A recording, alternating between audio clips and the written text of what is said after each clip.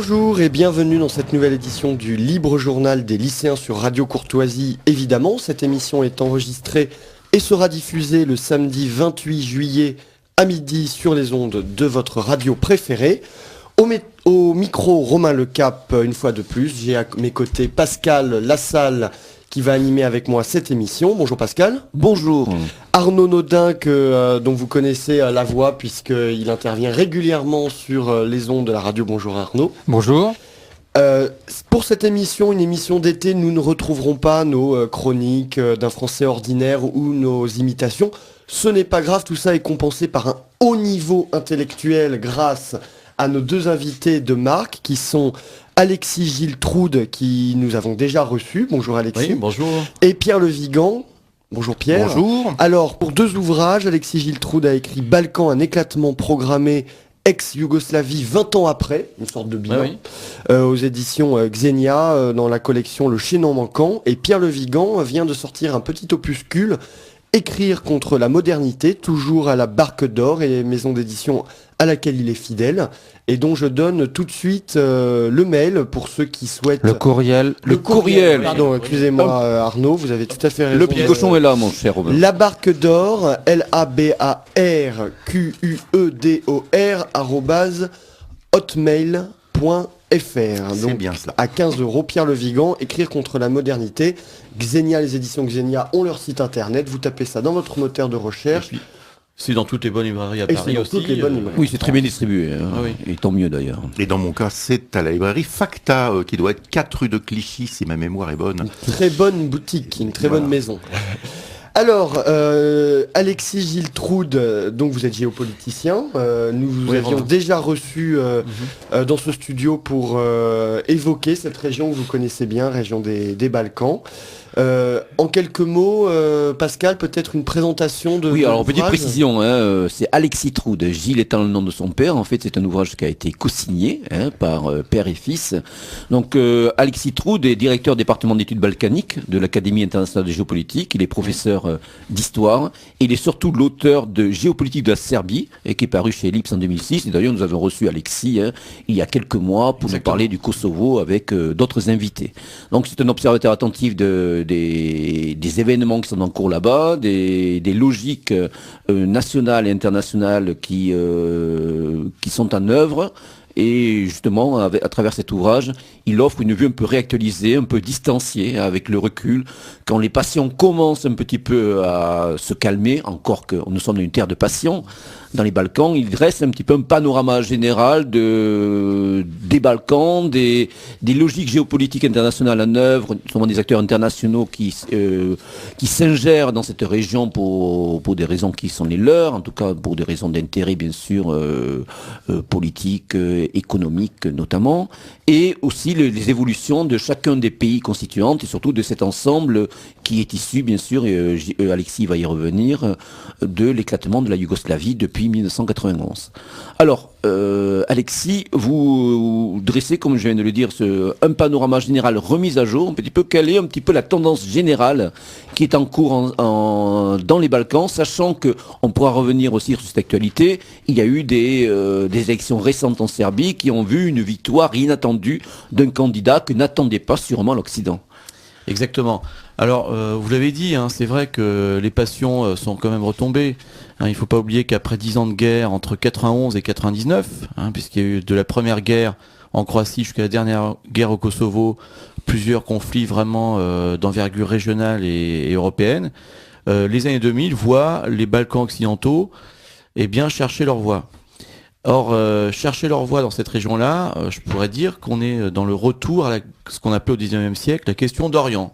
C'est-à-dire que chacun de ces pays cherche des alliés à l'extérieur et cherche à s'affirmer par une voie différente. Et c'est ça qu'ici, nous, en Europe de l'Ouest, on a du mal à percevoir.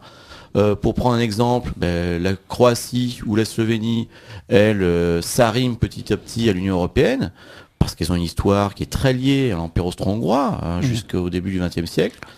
Alors, oui, avec la petite remarque que si vous faites remarquer, si vous dites un Slovène ou un Croate qui est balkanique, ça ne sera pas forcément d'accord d'ailleurs. Hein. Il y a, je crois, dans les redéfinitions identitaires qui sont en cours, pour les Slovènes, il y a pratiquement pas de problème. On dit souvent que ce sont des Autrichiens de langue slave, mais pour les Croates, actuellement, je sais que, pour m'être un peu intéressé aussi à la question, il y a une volonté de se démarquer d'une appartenance aux Balkans. Exactement. Donc, le même processus qu'il y a en Hongrie aussi, cette volonté vraiment de se rallier à la sphère centre-européenne. Oui. Mais d'un autre côté, vous avez des pays comme la Macédoine, qui ont une existence toute récente, parce que la Macédoine, finalement, en tant qu'État, avait existé que 50 ans au Moyen-Âge, réapparaît au début des années 2000, et cette petite Macédoine, elle est tiraillée entre soit, toujours sa volonté par ses élites d'adhérer à l'Union européenne, mais en même temps, l'autre volonté, c'est celle de la population en général, d'être dans une sphère plutôt orientale. Et là, on voit le jeu de la Turquie, par exemple, qui est très important actuellement vis-à-vis de la Macédoine ou vis-à-vis du Monténégro. Bon, la voie médiane, c'est la Serbie ou la Bosnie. La Serbie et la Bosnie, qui cherchent leur place parce qu'elles sont géographiquement au centre des Balkans et qui cherchent une place vraiment d'indépendance. Or, cette indépendance est chèrement payée puisque on sait que maintenant il y a, du point de vue politique, des pays comme les États-Unis qui, par exemple, 10 ans après le bombardement, ont en plein centre de Belgrade un bureau, l'OTAN et le département d'État américain ont des bureaux au-dessus du ministère de la Défense serbe. Donc on voit bien le rapport de suggestion qu'il peut y avoir de la part du gouvernement. Mais en même temps, économiquement, il y a beaucoup d'entreprises russes, turques ou même chinoises qui sont très présentes. Il faut pas... ce qu'on voit pas, nous, en Europe de l'Ouest, c'est la rapidité avec laquelle la Chine, par exemple, s'implante. Vous allez en Serbie, j'étais encore il y a 6 mois, dans n'importe quelle ville de province, vous rentrez dans un magasin du style Monoprix ou Galeries Lafayette, l'équivalent là-bas, porte un autre nom évidemment, et à la caisse, qu'est-ce qu'on voit ? Un Chinois du Sichuan, du centre de la Chine, tenir la caisse et faire travailler des Serbes. Bon. Du point de vue technique, ce sont les 2 ponts qui ont été détruits par l'OTAN en 99 à Belgrade, qui sont reconstruits par les Chinois. Ah, ils ont dû offrir des tarifs battants de concurrence. Exactement, c'est-à-dire que c'est très géopolitique. C'est à la fois par le biais de l'économie, ils s'implantent, mais en même temps, c'est très symbolique. Ils savent très bien sur quel pied danser. Oui. Ils n'ont pas oublié aussi le missile qu'ils ont pris sur leur ambassade. Exactement. C'est un peu rendre la monnaie de sa pièce. Alors, ce que je pourrais vous proposer, Alexis, c'est d'essayer de faire un panorama général par pays. Oui.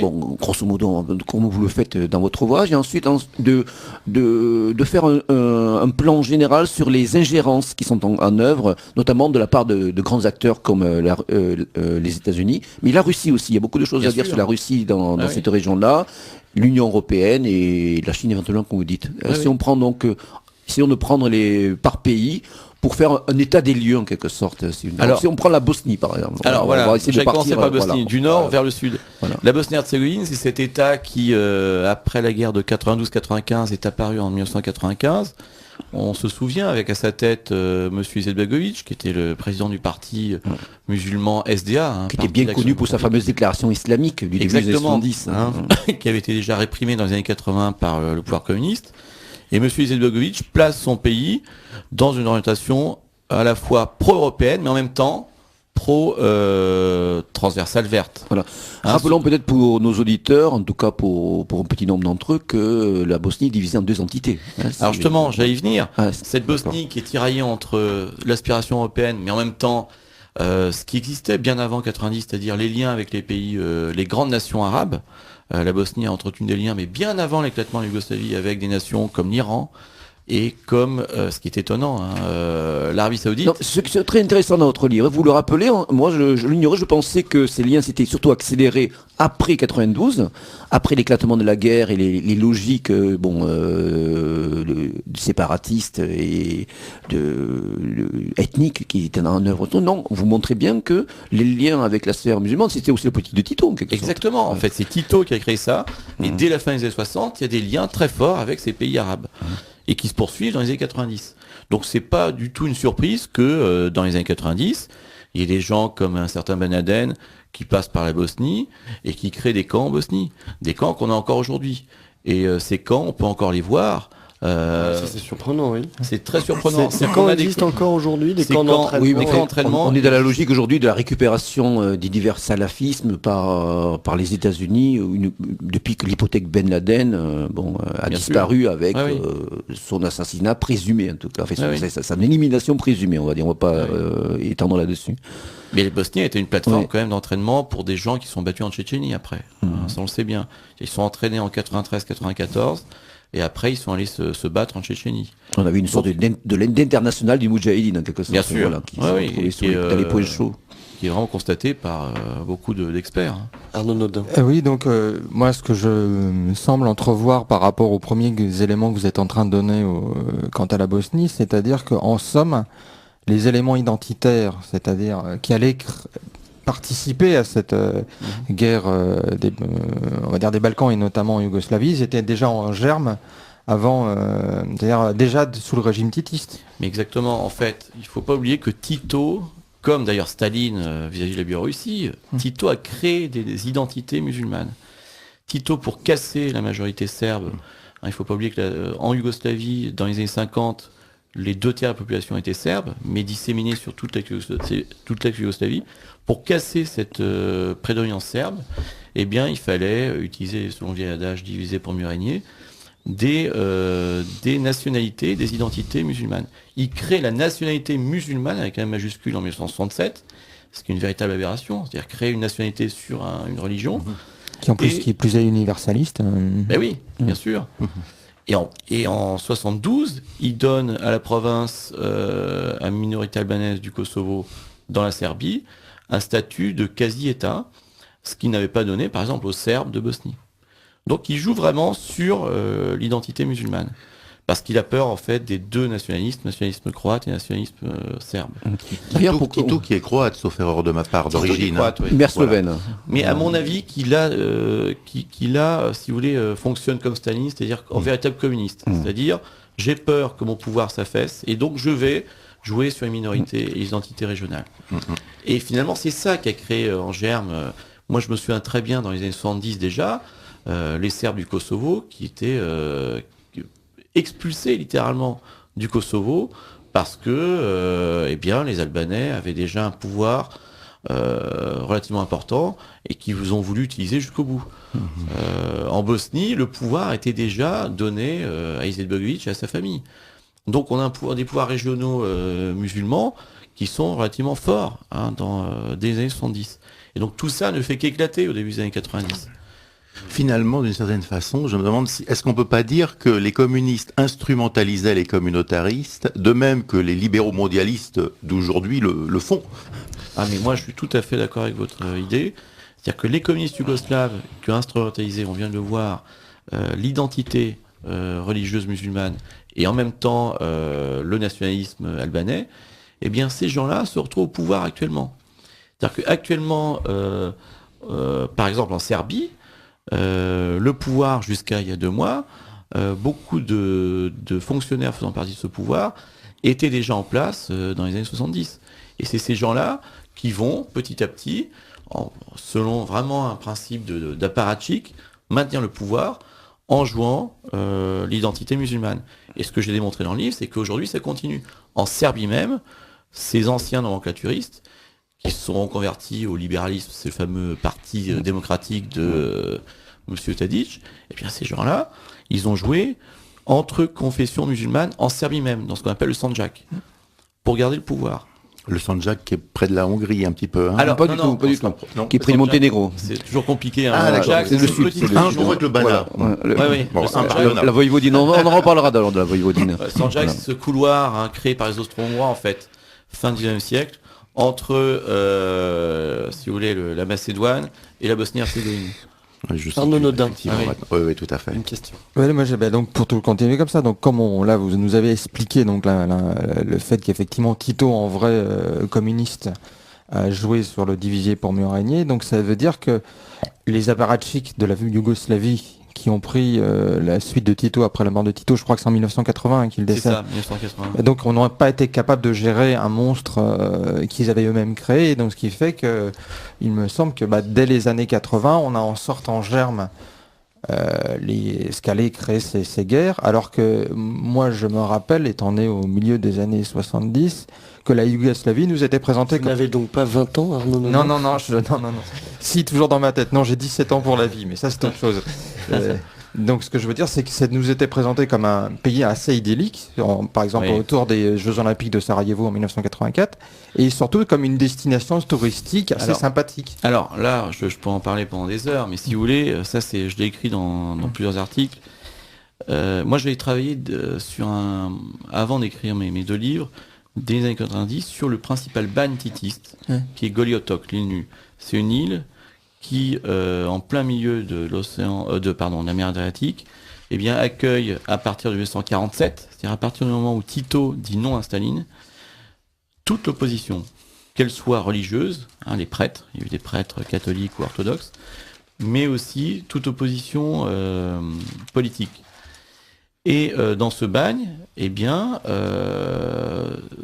Tito arrive à éliminer toute l'élite, et notamment, c'est une de mes idées, l'élite serbe à l'époque, qui était très forte à la fois au sein de la Ligue des communistes, mais en même temps dans l'opposition.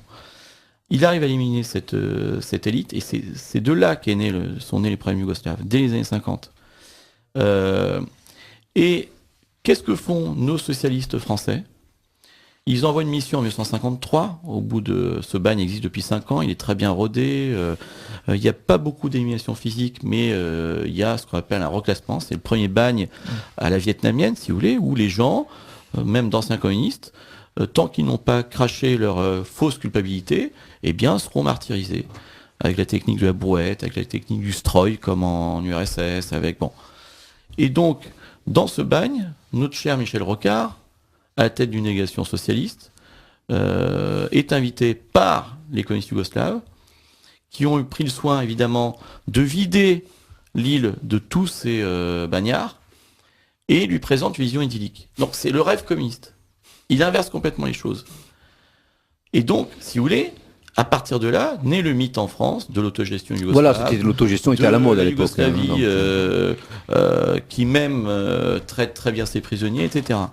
Et ce qui nous amène, nous, si vous voulez, pour terminer, à cette vision qu'on a eue dans les années 90, de toute notre élite médiatique, de Bernard-Henri Lévy aux autres, à cette idée que, finalement, comme Tito était bien et comme il avait réussi à maîtriser ces affreux primitifs, eh bien, il fallait absolument donner une vision qui était idyllique du régime communiste.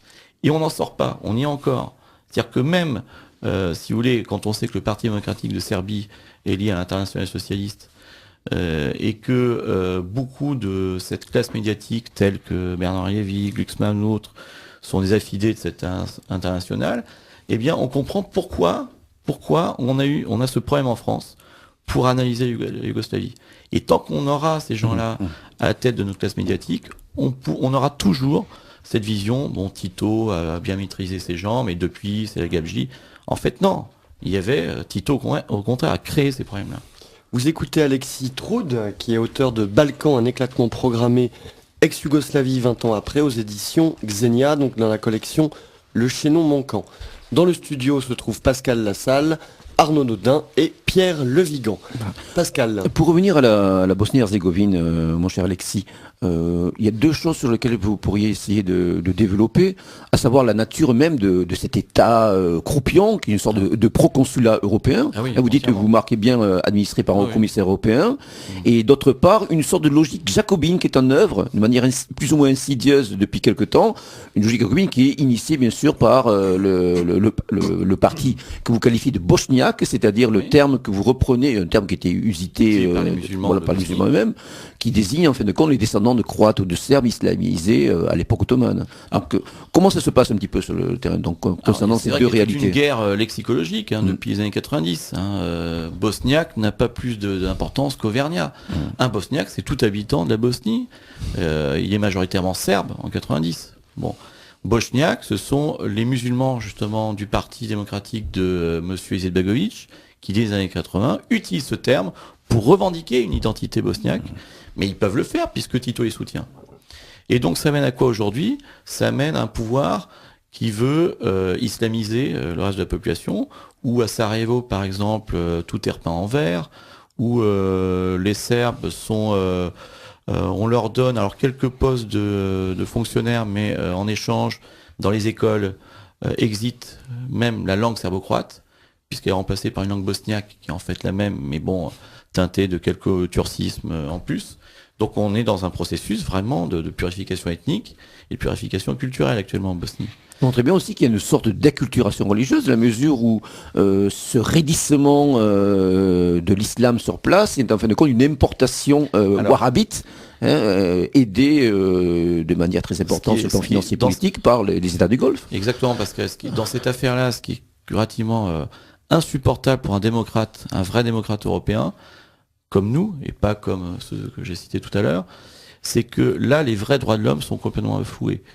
C'est-à-dire qu'en Bosnie actuellement, on a un islam qui est un islam relativement tolérant, qui était celui de l'Empire ottoman, qui depuis 96-97 est entièrement balayé par l'islam wahhabite importé d'Arabie Saoudite. On a, comme au Kosovo, des mosquées qui sont détruites, des mosquées. C'est ça qui m'a un peu surpris. Détruites, mais moi je l'ai vu. Des mosquées ottomanes détruites. Bien sûr. Moi c'était en 2007. J'ai assisté à alors pas en direct, mais presque. J'arrive 2 jours après l'explosion d'une mosquée, d'un des principaux mausolées d'un très grand moufti local, par des extrémistes qui se revendiquaient du wahhabisme. Donc on est vraiment dans une situation quand même relativement difficile, dans le sens où il y a remplacement d'une région musulmane européenne par une région musulmane venue du Moyen-Orient. Et donc avec tous les facteurs d'instabilité que ça peut entraîner. Petite parenthèse à ce sujet précis, les Turcs ne réagissent pas ? Alors les Turcs par rapport aux Saoudiens, aux Qataris, mais même surtout leurs affiliés sur place. Ce que nous démontrons avec mon père dans ce livre, c'est que justement les Balkans sont devenus un espace de conflit terrible maintenant entre ces obédiences, ces puissances en fait nouvelles sur l'échiquier européen. Les Turcs réagissent très très bien, au contraire. Ils ont obtenu de la part de l'Union européenne, ça on le dit très rarement, mais le fait d'avoir des contingents en Bosnie et au Kosovo, donc sur le sol européen. Ils ont de très bonnes relations avec les gouvernements actuellement de Bosnie et de Serbie, notamment du point de vue de l'armement. Et troisième chose, la politique néo-ottomane, c'est actuellement des relations commerciales très fortes avec la Macédoine, avec la Bosnie. Donc les Turcs ont vraiment une diplomatie et une action militaire d'envergure. Mais par rapport à ces petits événements, j'imagine que dans la presse turque, ça doit quand même s'émouvoir, en tout cas par rapport à ces éléments extrémistes locaux. Voilà. Ça les a émus beaucoup dans les années 90, mais actuellement, non, c'est plutôt l'action vraiment diplomatique qui se développe. Chers auditeurs, je propose de nous retrouver après une première pause musicale, après avoir écouté le musicien Yann Tiersen. Vous écoutez Radio Courtoisie, la radio libre du pays réel et de la francophonie.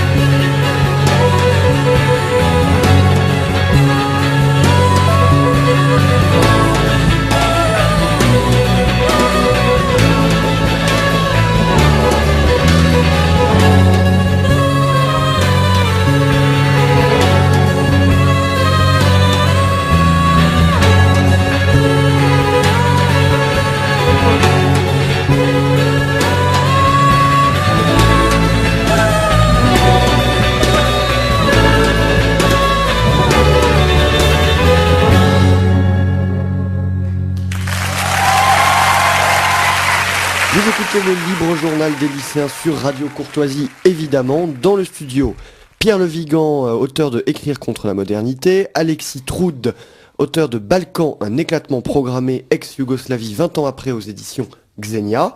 Nous sommes en pleine discussion avec Pascal Lassalle et Arnaud Naudin sur le sujet des Balkans. Pascal, la parole est à vous. Donc la Bosnie-Herzégovine, un État qui pourrait aussi éclater le jour où les contingents s'en vont, les contingents armés présents, où l'Europe aussi en fait, ce que prend du recul et on appelle les engage. Exactement, Pascal. En fait, c'est pas du tout une menace d'instabilité pour toute l'Europe ou un risque de guerre nouveau. Mais, et c'est ça qui, dans l'analyse, fait peur à beaucoup de gens, c'est parce que cet État, politiquement, n'arrive pas à être souverain sur son territoire, eh bien, en géopolitique, on appelle ça un État failli, c'est-à-dire un État manqué, c'est-à-dire un gouvernement qui n'arrive pas à avoir l'autorité. Alors, pourquoi c'est un gouvernement qui n'arrive pas à avoir l'autorité sur son territoire ? Parce qu'au-dessus de lui, l'Union européenne a créé quelque chose qui est aberrant, une sorte de proconsulat, et il n'y a pas seulement moi qui le dis, tous les spécialistes comme Xavier Bougarel ou comme d'autres le disent depuis des années, c'est-à-dire que c'est un État où, quelles que soient les décisions qui sont prises, quelles que soient les lois qui sont votées par le Parlement, il y a un monsieur qui s'appelle le haut représentant de l'Union européenne, qui depuis 10 ans, alors ça a été un Irlandais, puis ensuite un Suédois, bon actuellement je ne sais même plus, il est anglais, en tout cas, ce proconsul peut casser les lois votées par le Parlement. Et il l'a fait plusieurs fois, notamment à l'encontre des Serbes de Bosnie. Donc au-dessus, on a une sorte de proconsul, comme dans l'Empire romain, et là l'Union européenne, et c'est ça qu'il faut dire, nous en France. Et c'est là-dessus qu'il faut vraiment réfléchir sur l'Union européenne. L'Union européenne est un véritable empire, qui sur ses marches est prêt à tout pour casser les peuples, et en cassant des peuples, à s'imposer de cette façon-là. Mais en dessous, au niveau régional, c'est pas 2 États, c'est 13 États qui existent. En fait, la Bosnie-Herzégovine, qu'est-ce que c'est ?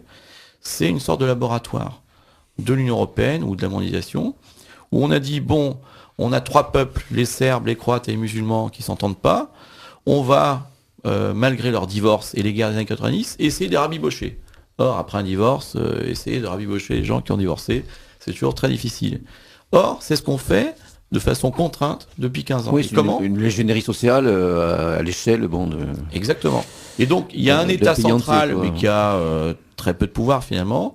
Sous cet État central, 2 États nationaux, l'État serbe qui est à Banja Luka et l'État de la Fédération croato-musulmane à Sarajevo. Là encore, ça pourrait marcher, mais sous ces 2 entités, qu'est-ce qu'on a ? Donc, on a déjà un État finalement fédéral, mais qui devient un État confédéral, parce que sous ces 2 entités, on a 13 cantons, un peu sur le modèle suisse. Presque autogéré, qu'on voudrait autogérer au maximum. Moi je trouve qu'ils sont, je l'ai vu localement, qu'ils sont comme en Suisse, avec de forts pouvoirs d'autonomie locale. Mais on n'est pas en Suisse et ça marche pas. C'est pas la mentalité suisse surtout. Voilà. Bon, ce qui est pas là pour des Suisses, il y a le proconsul qui impose ses règles et par oukase finalement dit finalement telle loi, par exemple dernièrement la loi. Ils veulent la dernière réforme de l'Union européenne, c'est d'imposer une sorte de police commune.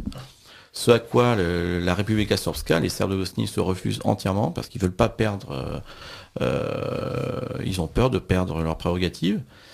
Les policiers serbes d'ailleurs ont refusé de prêter serment plusieurs fois à cette nouvelle police confédérale. Mais en même temps, il y a vraiment des pouvoirs locaux qui chacun tire de leur côté. Et donc on a un État dont le bilan est dramatique. L'Union européenne a donné en l'espace de 12 ans plus de 8 milliards d'euros. Eh bien, il y a eu un rapport blanc, et comme toujours l'Union européenne déverse de l'argent et puis fait des rapports 10 ans après. Le rapport blanc l'an dernier, de 2011, montre que les 3/4 de cet argent, tenez-vous bien, les 3/4 ont disparu dans les poches de ces multiples fonctionnaires. C'est malheureusement un sport national d'une partie de l'Europe balkanique, l'Europe de l'Est, pour ceux qui connaissent un petit peu les réalités là-bas. Alors glissons un petit peu vers le sud et vers la côte, les Bouches-du-Coton en particulier, avec un État qui visiblement, à votre faveur, bon je suis un peu ironique, c'est le Monténégro. la fameuse montagne noire, Knagor, Ouais. si je prononce bien. Oui, Knagor. Knagor.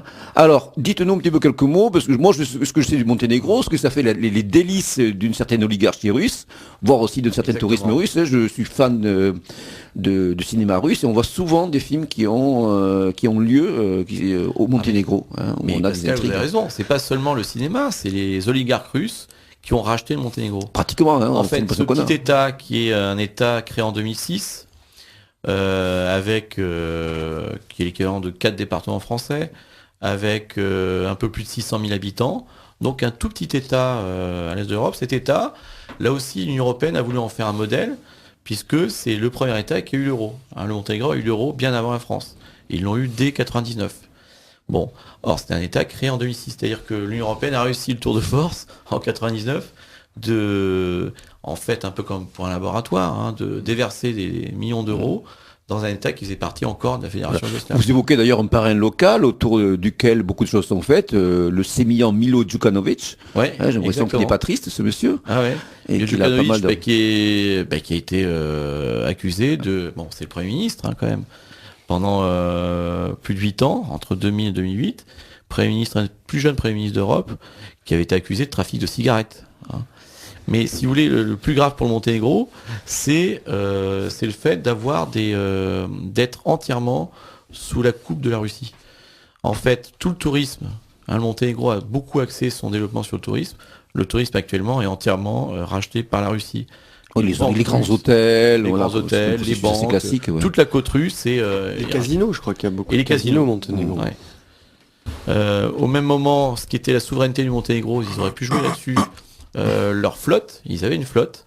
Les États-Unis leur ont imposé de détruire cette flotte pour créer un casino, justement. Vous voyez, donc c'est ce genre d'État... Mais on leur demande d'avoir des navires pour contrôler les 330, oui, bien sûr. Ce que vous dites. Donc, et l'OTAN lui impose au Monténégro d'acheter, à la place de la flotte qu'elle avait, très cher des navires américains, mais notamment américains. Donc là se greffe en plus de ces réalités politiques et économiques, le dilemme identitaire du Monténégro, ces fractures entre... Alors, ce qui est peut-être difficile à expliquer pour nous en France, c'est surtout le problème de l'identité monténégrine.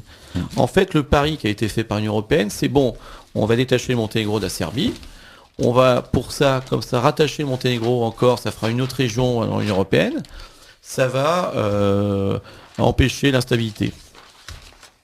Le problème, c'est que le Monténégro n'est pas habité que par les Monténégrins. Comme toujours dans les affaires balkaniques, au Monténégro, d'après le dernier recensement de 2010, les Monténégrins sont minoritaires. Ils sont 46%. Pourquoi ? Parce que plus de 30% de la population du Monténégro s'est déclarée serbe. Surtout, alors je mets une carte, c'est pour tout. Oui, la carte est bien faite, vous avez aussi donné des tableaux très, très précis. Selon le recensement de 2003, on a 31,99% de Serbes et 43,16% de Monténégrins. Qui se déclarent Monténégrins. Mais il n'y a pas seulement des Serbes, il y a aussi des Albanais, aussi qui sont très concentrés près de la côte du près des frontières du Kosovo. Là, 5% d'Albanais, des Bosniaques. Des Bosniaques. Voilà. Donc, si on regarde bien la carte, alors je dis non, c'est pas du tout ce que je voudrais, mais c'est ce qui est en train, quand on observe en gestation, c'est que les partis sont des partis identitaires ou nationaux. Donc les Serbes, eux, qu'est-ce qu'ils veulent ? Ils veulent un gouvernement confédéral pour qu'à terme, ils aient des liens plus forts avec la Serbie qui est au nord du Monténégro. Les Albanais, eux, veulent carrément une autonomie, un peu comme en Macédoine. C'est-à-dire qu'ils ont obtenu déjà, on est en 2012, mais ils ont obtenu en l'espace de 6 ans, comme en Macédoine, le fait d'avoir des ministres au sein du gouvernement du Monténégro et une territorialisation des droits, c'est-à-dire que là où il y a des Albanais en majorité, l'administration et les écoles sont entièrement albanais. Et donc à terme, il y a une logique séparatiste, oui. Une logique séparatiste. Ils veulent se rattacher à l'Albanie. Ce qui est intéressant, c'est de voir que même quand un État est très petit, comme le Monténégro, quelques départements français, la balkanisation, si je puis dire, continue, c'est-à-dire qu'il n'y a pas de limite, quoi. Après, il y a des cantons, puis à l'intérieur même de ces cantons, à la limite, il peut y avoir encore des minorités. Enfin, donc il n'y a pas de limite, c'est-à-dire qu'en fait, le communautarisme, quand on met le doigt dedans, le bras y passe, quoi, très clairement. Moi, je pense que c'est l'erreur qui a été faite, comme avait dit Jean-Pierre Chevènement à l'époque. Il l'avait dit dès 91. Dès qu'on a ouvert la question des frontières, on a ouvert la boîte de Pandore en Yougoslavie. On ne pouvait pas, à la place d'un espace qui était multiethnique et multiculturel, créer des nations homogènes. Comme on peut trouver plus facilement en Europe occidentale. Voilà. Exactement. Et nous, on a pu le faire en France, mais il nous a fallu plusieurs siècles. Puis à quel prix ? Et oui, et à quel prix ? Mais dans les Balkans, à l'heure actuelle, c'est impossible. On ne peut pas créer des nations. Il y a tous les contentieux historiques, mémoriels, qui sont encore beaucoup plus en œuvre là-bas que chez nous. Qui viennent pas arranger les choses, quand ils ne viennent pas arranger les choses. Oui, alors moi je vais revenir à une question nettement plus générale, c'est revenir à un élément du titre de votre livre, c'est quand vous parlez d'un éclatement programmé. Alors je voudrais savoir qui a programmé et à quelle fin. Alors ça, évidemment, on est en géopolitique, c'est toujours très difficile mais je me suis basé moi sur les documents qu'on a maintenant en main, notamment en Allemagne et aux États-Unis. Programmer, pour moi, ça veut dire que dès les débuts des années 90, Pascal parlait d'un pays, l'ex-Yougoslavie, qui était la 3e puissance en termes touristiques, qui était une puissance industrielle. Et donc je me suis posé la question, mais comment se fait-il que cette puissance à l'est de l'Europe, et la première armée, notamment à l'est de l'Europe, avec le système de défense généralisé, qui était... Quand se fait-il que cette puissance qui émergeait, un peu qui a le niveau de vie du Portugal, c'était pas si mal que ça, et qui frappait au port de la CE à l'époque, comment se fait-il que cette puissance ait pu comme ça se désintégrer ? À mon avis, alors les historiens le prouveront quand on a les archives, mais on a déjà des éléments avec certains rapports, notamment des services secrets, et que je cite là dans le livre, en fait, le département d'État américain et dans une moindre mesure l'Allemagne ont eu intérêt à détruire ce pays. L'Allemagne, par exemple, il faut savoir, un exemple, le Kosovo. Pourquoi est-ce que le Kosovo est dans un état de telle déliquescence ? On aura l'occasion d'en parler peut-être tout à l'heure. Mais au Kosovo actuellement, vous avez les services secrets allemands qui luttent contre les services secrets américains pour mettre en place, chacun à la fois leurs élites. En gros, Hashim Tashi, c'est les Américains. Haradinaj, c'est les Allemands. Et ça dépend des années, au gré de la puissance d'action de chacun de ces services. Et en même temps, pareil, du point de vue religieux, on sait maintenant que certains religieux dont on parlait tout à l'heure, donc religieux de communautés musulmanes, sont placés directement et sont choisis par ces gens-là. J'avais contribué il y a 2 ans, c'était sur Canal+, il y a eu un documentaire magnifique, dont j'ai parlé dans le livre, qui prouvait que nous, c'est-à-dire nos services à nous en France, ont choisi aussi, dès les accords de Rambouillet en 99, un des membres éminents de l'UÇK, qui a été ensuite Premier ministre. C'est M. Tachi. Vous voyez ? Donc, mais il y a le trafic d'organes, voilà. Ouais. Mais ça, on ne savait pas à l'époque. Oui, on ne savait pas. Oui, comme vous dites, il y a aussi ces enjeux géopolitiques et le jeu des grandes puissances. Il y avait aussi surtout des logiques historiques identitaires qui étaient résolues, qui étaient restées un petit peu congelées en quelque sorte par le régime Tito. Et il y avait des logiques de séparation, notamment en Slovénie, en Croatie.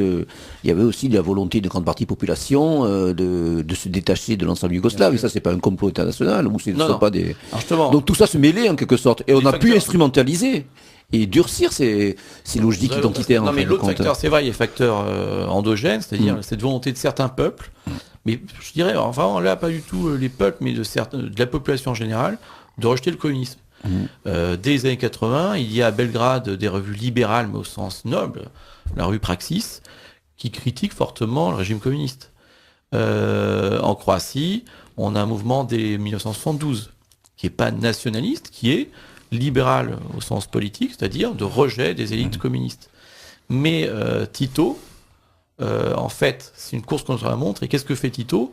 Tito, dès qu'il y a un mouvement libéral, qu'il soit à Belgrade, à Zagreb, et puis après ça sera en Slovénie, qu'est-ce qu'il fait ? Il met sur la table l'enjeu identitaire. Et donc il renforce l'enjeu identitaire. Et donc c'est pour ça que les gens qui finalement, ces populations qui avaient une aspiration à la liberté, bien avant, bien avant les Hongrois, je pense, ou les Polonais, puisque ça date des années 70 en Yougoslavie. Eh bien, ces gens qui sont jetés dans une crise économique terrible dans les années 80, très forte, eh bien, la crise économique amène le terreau des futures milices qui vont faire éclater la Yougoslavie. Ouais, et surtout des identités qui vont se manifester par un nationalisme chauviniste paroxystique, décliné sur un mode balkanique, ce qui n'arrange pas les choses à ce niveau-là, et qui va engendrer les événements que nous connaissons, en quelque sorte. Pour donner quelques coups de projecteur sur d'autres points des Balkans, en essayant d'être synthétique et rapide, donc que pourriez-vous nous dire de la Macédoine, on en a parlé un petit peu, et aussi d'une région sur laquelle on ne pointe pas trop notre projecteur, à tort d'ailleurs, la Voïvodine, cette région autonome de Serbie, du Nord en tout cas. La République de Macédoine, qui est au sud de l'ex-Yougoslavie, qui est frontalière de la Grèce, de l'Albanie, de la Serbie et de la Bulgarie. Bon, la République de Macédoine, elle a ce problème de nom que conteste la Grèce. Que la Grèce, oui. Mais moi, je dirais, en 2012, c'est plus tellement le premier problème du gouvernement macédonien. Son problème, c'est comment se placer sur l'échiquier balkanique, étant donné que la Macédoine est stratégiquement placée sur le corridor 10 pan-européen, c'est-à-dire l'axe gazier. Pour préciser pour nos auditeurs, l'auteur dévoile dans le livre des cartes très intéressantes qui montrent les différents corridors énergétiques et toutes les stratégies qui sont mises en place autour de ces corridors par les divers protagonistes internationaux. Et moi, je pense que le gros problème de la Macédoine, c'est ça, c'est que finalement, elle est mal placée sur ces corridors-là, puisqu'on a l'axe Belgrade, Skopje, Salonique, donc du nord au sud, qui est un axe pan-européen de l'Union européenne depuis 97. La conférence de Salonique a donné énormément d'argent pour développer les routes, les chemins de fer, les oléoducs sur cet axe-là. Mais il y a en Macédoine l'intersection entre cet axe-là et l'axe américain de la Bulgarie vers l'Albanie. Donc l'axe américain est-ouest et l'axe européen nord-sud. Or, pile, ça se croise en Macédoine. Et donc, c'est pas un hasard si tous les problèmes alors j'ai fait une carte aussi entre Macédoniens et Albanais, sont exacerbés parce que à l'extérieur, évidemment, il y a là, pour moi, c'est pas des États, mais ce sont des compagnies, tout simplement. Là, il y a une géoéconomie très forte, des compagnies américaines, dans le consortium AMBO, ou des compagnies européennes, notamment Total, qui fait partie de l'axe du corridor 10, qui ont intérêt à ce que les affaires en Macédoine soient plutôt tournent en leur faveur.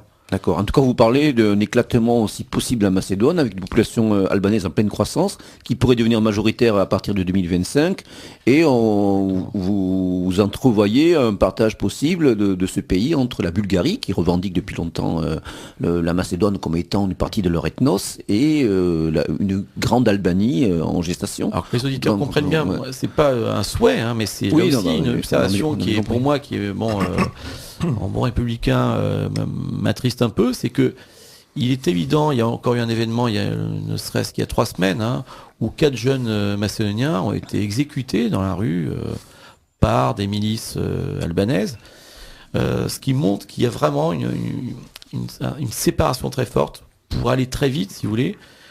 Plus d'un tiers de la population albanaise, cette population albanaise de Macédoine, elle est très proche de la frontière de l'Albanie et de la frontière du Kosovo.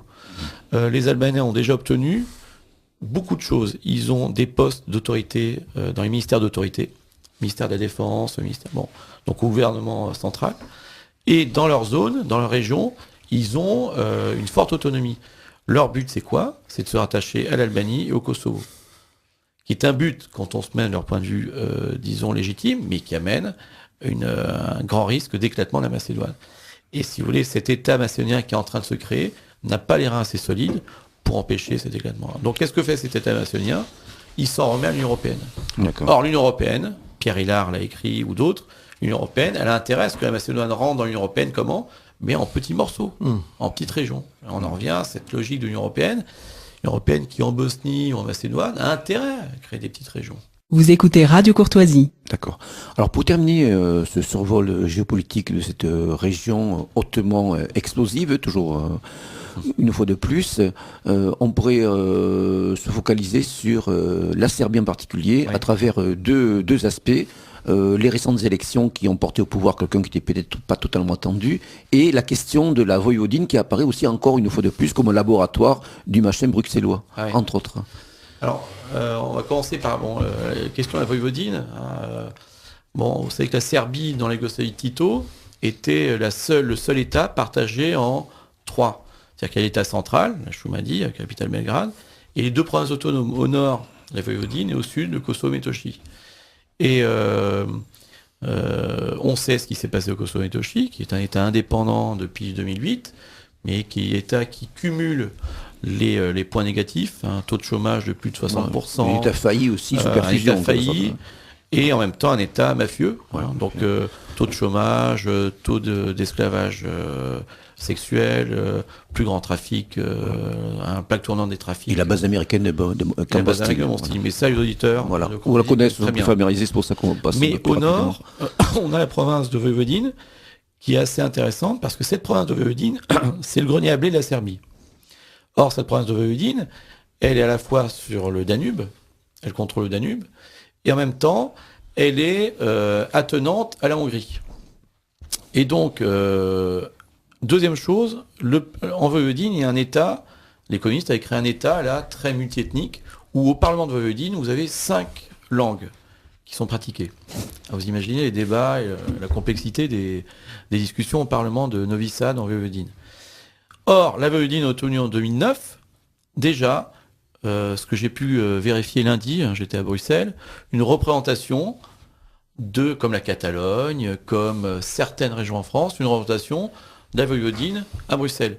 Donc le but des instances gouvernementales de Voïvodine, de la province autonome de Voïvodine, c'est à terme de se rattacher à l'Union européenne, soit dans le giron de la Serbie, soit sous forme d'euro-région. Voilà, sous forme d'euro-région. Ouais. Et à terme, ils vont y arriver. Et toujours avec la même logique d'euro-région qui elles-mêmes sont multi-ethniques et multiculturelles. Exactement, multi-ethniques et multiculturelles. Alors là, de ce point de vue-là, Voïvodine est un cas vraiment assez intéressant puisque ça se passe très bien. Serbes, Hongrois, Slovaques vivent en très bonne coexistence. Mais alors, la question de l'irrédentisme, on va dire hongrois en Voïvodine, est-ce que c'est un fait de la minorité hongroise en Voïvodine ou est-ce que c'est une tension qui est créée par certains réseaux en Hongrie? Alors c'est très clair, là on est plusieurs à le dire, je ne suis pas le seul, mais c'est un irrédentisme venu de l'extérieur. Oui. On se souvient c'était en 99 le président de la Hongrie qui disait je suis le président de 20 millions de Hongrois. Puis on a conféré la nationalité hongroise aux Hongrois ethniques des pays extérieurs à l'État hongrois aussi. Voilà. Donc là c'est très clair, il y a vraiment il y a eu quelques extrémistes en Voïvodine à un moment donné dans les années 90, mais actuellement ça vient vraiment de l'extérieur, de Budapest, l'extérieur. Juste un dernier mot sur les élections. Voilà, les élections. À la question de Pascal et puis pour passer au sujet d'après. D'accord.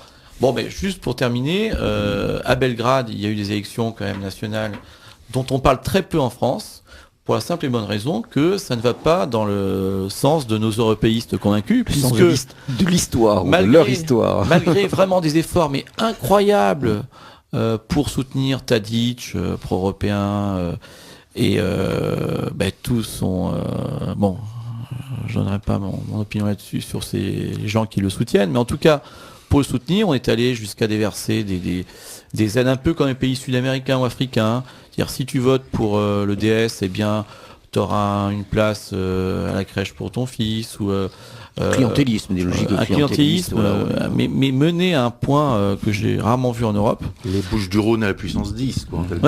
Ou le Pas-de-Calais. Hein. Pas oublier la fédération PS du Pas-de-Calais. Oui, quand même.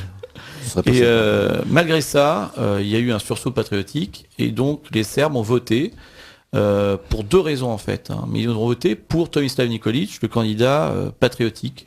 On dit nationaliste ici pour faire peur, mais c'est un vrai patriote qui veut replacer la Serbie dans ses intérêts. Et donc Nikolić a très vite fait, une fois qu'il a été élu, d'aller voir la Sainte Mère Russie et d'aller voir Vladimir Poutine. Il a aussi eu des liens, des contacts avec la Chine, et ce qui fait trembler un peu Bruxelles. Mais il a été élu pas sur seulement l'idée de patriotisme, il a été eu aussi par les Serbes parce qu'il y a eu une corruption très forte de la part du gouvernement précédent. Et donc en Serbie, il y a un espoir quand même relativement fort. Une sorte d'opération même propre, bon. Ouais. Encore que bon. Ouais. On est dans les Balkans, hein. Faut pas trop rêver, malheureusement. Mais voilà, pour terminer, c'est la Serbie peut se replacer, et ce que j'avais écrit déjà dans la géopolitique de la Serbie, peut se replacer en dehors du giron européen. Et si l'Europe continue à mener ce genre de politique vis-à-vis de ces pays-là, elle va perdre un allié qui lui était fidèle, puisque la Serbie, c'est le principal allié de la France. Avec en tout cas, l'avenir nous dira si ce nouveau président a aussi les moyens de ses ambitions et la volonté de mener jusqu'au bout. Et est-ce qu'on laissera faire également aussi, hein. Alors, il est évident que l'Union européenne ne laissera pas faire. Voilà. Mais c'est pour ça que... Mais au-delà de l'Union européenne, les États-Unis et d'autres acteurs. Mais il aura peut-être le soutien de ces puissances émergentes, comme on dit maintenant. Alors, pour les auditeurs qui souhaitent en savoir plus sur les Balkans, en savoir plus sur les travaux de Alexis Troud, qui, je rappelle, est directeur du département d'études balkaniques de l'Académie internationale de géopolitique. Ils peuvent se procurer Balkan, un éclatement programmé donc dans toutes les bonnes librairies. C'est aux éditions Xenia, dont je rappelle les coordonnées, édition pluriel-xenia.com. Le livre est préfacé par Paul-Marie Couteau. Et donc beaucoup de cartes, beaucoup de tableaux pour entrer dans le détail et continuer, c'est très synthétique, c'est très clair. Continuer ce tour des Balkans que nous n'avons qu'amorcé ici malheureusement. Alexis Troud, vous restez avec nous et nous nous retrouvons après une seconde pause musicale.